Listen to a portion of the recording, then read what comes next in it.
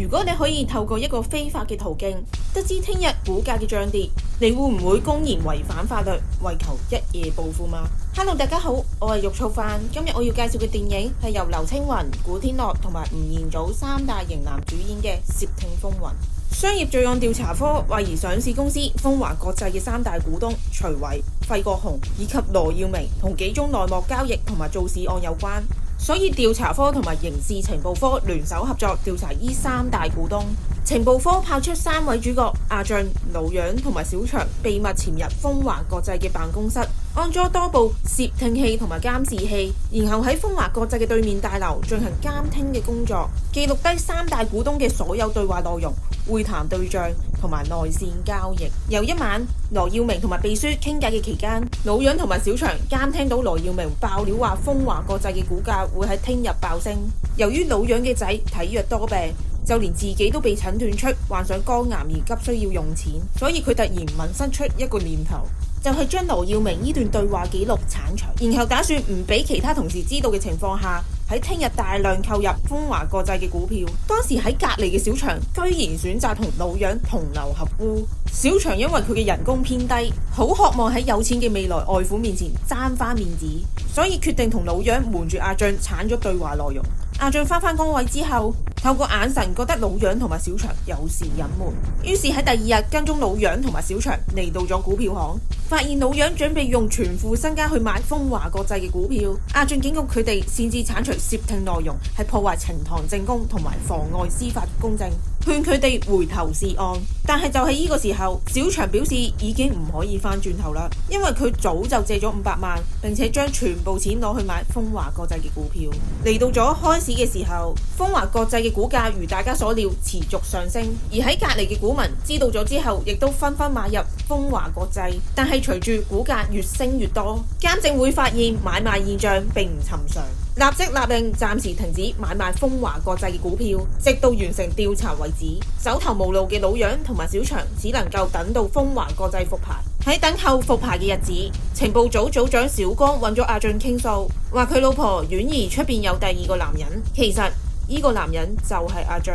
但係小江一直都唔知情。婉兒因為幾年前小江有外遇，所以自從嗰陣時開始，佢同小江嘅關係不和，兩人更從此分居。雖然小江由始至終都唔願意離婚，但係婉兒冇理會到自己仲係人妻嘅身份，選擇同阿俊一齊。阿俊一直都無法同痛不欲生嘅小江講出佢同婉兒之間嘅關係。第二晚，風華國際嘅大股東徐偉同埋費國雄傾偈嘅期間，阿俊、老楊同埋小祥三個人偷聽到徐偉透露，風華國際嘅老闆馬志華打算殺咗最大股東羅耀明，以免佢喺復牌之後將全部手持嘅股票賣出去。進退兩難嘅阿俊考慮到老楊身患絕症，而唯有繼續幫手隱瞞上司，防止有乜嘢風吹草動而令到股價大跌。無法視而不見嘅阿俊、老楊同埋小祥三個人於是私底下去救羅耀明，成功阻止殺手去殺佢。但係途中，阿俊唔小心俾匿埋喺廁所入邊嘅秘書見到個樣，佢哋三個將羅耀明、殺手連同秘書捆綁，並且囚禁喺小祥同埋佢未婚妻嘅新屋入邊。等到老楊同埋小祥放咗股票之後，先放佢哋走。風華國際終於復牌，股價一開始一直下跌，之後突然急劇回升。老楊同埋小祥即刻喺高位放咗股票，佢哋最終喺呢場股市入邊狂賺，隨後即刻將羅耀明、殺手同埋秘書分開放走。被追殺嘅羅耀明亦都迅速逃離香港，秘書返去揾風華國際嘅老闆馬志華，並且接受警方調查。原來秘書出賣咗羅耀明，佢當初將羅耀明嘅身處位置話咗俾老細知，等老細派殺手去追殺羅耀明，但係最終都唔成功。風華國際嘅股價唔尋常一事引發咗上頭嘅不滿，上頭開始懷疑一直揾唔到任何風華國際嘅犯罪證據，係因為警方內部監守自盜。於是聯同監證會代表共同深入內部調查所有錄影錄音同埋警員嘅財產資料，並且停止所有監視風華國際嘅工作。阿俊、老楊同埋小祥深知大難臨頭，佢哋只好分頭行事，將自己所有犯罪證據洗走。阿俊同埋老楊外內合作，喺上頭殺到之前潛入調查科證物室銷毀電腦證據，而小祥就花600萬去買通股票行經理幫手洗錢。正當三個人銷毀證據嘅期間，羅耀明拋售風華國際嘅股票，導致大部分散戶遭殃，有啲甚至自尋短見。處理完犯罪證據之後，三個人喺警局門口會合，並且上車離開。但係啱啱落完口供，走出警局嘅秘書一眼就認出喺遠處嘅阿俊，佢即刻通知馬志華。阿俊將老楊同埋小祥賺翻嚟嘅2400萬藏喺屋企入邊。呢個時候，小祥提起早前佢哋3個人潛入風華國際辦公室嗰陣，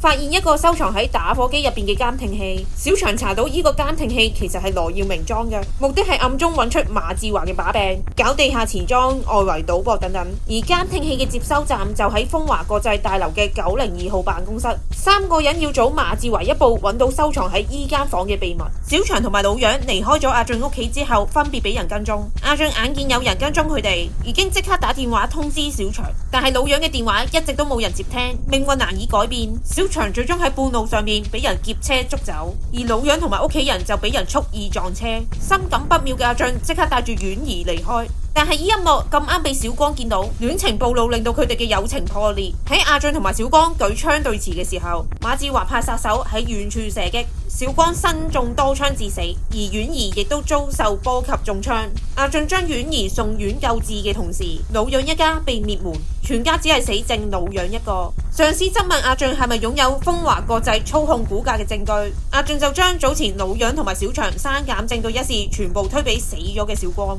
之後阿俊帶住沉重嘅心情獨自嚟到902號辦公室攞證據，點知道殺手早就喺呢度等緊佢。原來殺手早就將小祥敲打致死。殺手其後將阿俊帶到荒山野嶺槍決，並且埋屍。1年後嘅一場慈善晚會上面，馬志華介紹緊自己嘅豐功偉業嘅時候，會場突然開始播放佢冇幾耐之前喺客廳嘅對話，內容講述佢安排操控股價同埋買兇殺人。商業罪案調查科同埋廉政公署執法人員走嚟拘捕徐偉、費國雄等等涉案人物。錄低依段對話嘅阿俊亦都嚟到馬志華面前，透露自己喺1年前用1500萬收買殺手，放過佢一命。惱羞成怒嘅馬志華唔願意坐警車前往警局錄口供，堅持要坐自己部私家車，途中依然賊心不死，聯絡律師幫佢減輕刑責，同時放空佢嘅股票，以確保將來出獄嘅時候能夠東山再起。但係佢突然發現駕駛座上面嘅司機係如今家破人亡、裝上義肢前嚟報復嘅老楊，佢直接將車開往一條未完工嘅大橋，帶住馬志華衝入海入邊同歸於盡。喺遠處目睹成個過程嘅阿俊，回憶起自己曾經同老楊、小祥擁有過嘅快樂時光，慢慢開始聲淚俱下。電影就此結束。